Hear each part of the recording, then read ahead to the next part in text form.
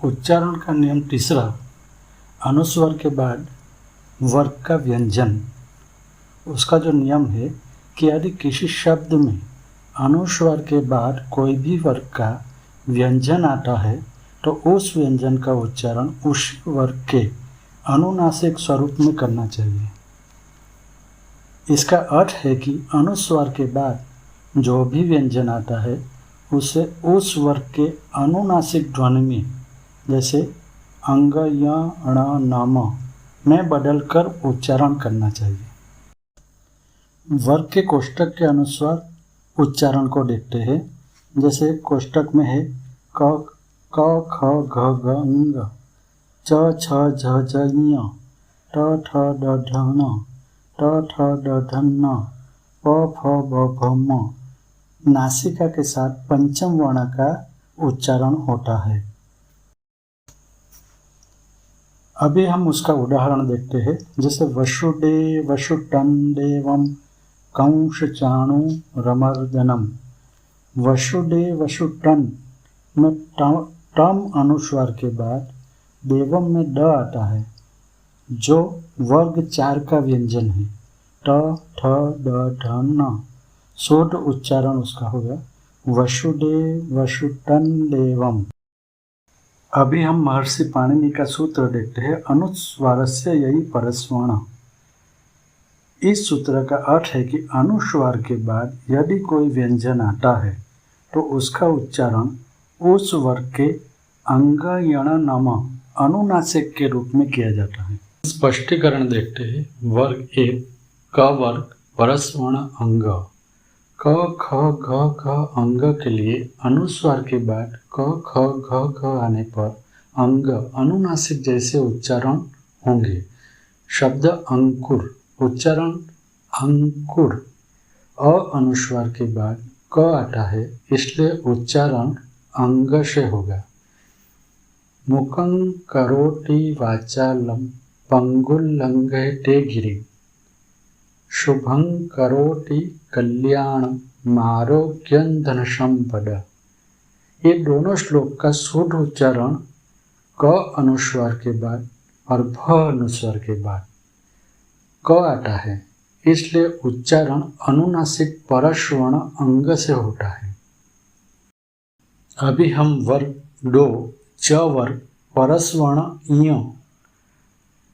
च छ झ झ ञ के लिए अनुस्वार के बाद च छ झ झ ञ आने पर ञ अनुनासिक जैसे उच्चारण होंगे।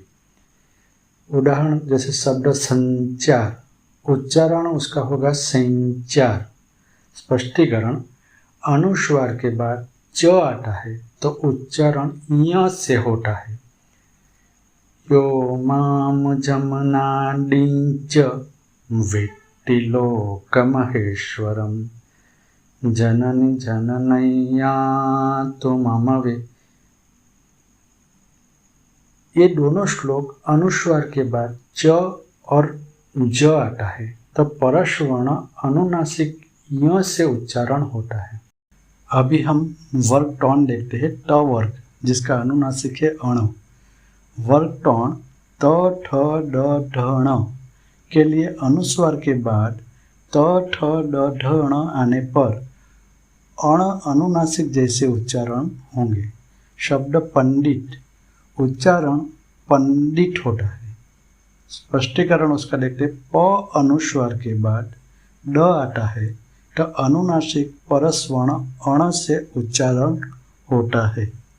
अभी हम ट वर्ग परस्वर्ण उसका है न। वर्ग 4 ट ठ ड ढ न के लिए अनुस्वार के बाद ट ठ ड ढ न आने पर अनुनासिक न जैसे उच्चारण होंगे। वसुदेव वसुटं देवम, उच्चारण वसुदेव वसुटं देवम। ट अनुस्वार के बाद ड आता है तो परस्वर्ण अनुनासिक न का उच्चारण होता है।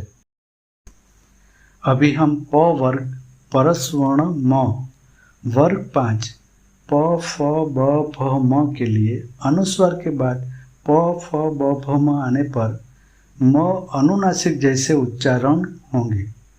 शब्द देखते हैं, जैसे संपदः, उच्चारण उसका होगा संपदः।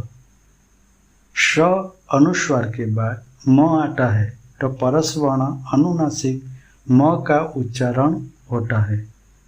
जैसे मनोजवम मारुततुल्य वेगम जितेंद्रियम बुद्धिमतां वरिष्ठम। व अनुस्वार के बाद म आता है और य अनुस्वार के बाद ब आता है, तो दोनों के परस्वर्ण म आता है, तो अनुनासिक म से उच्चारण होता है।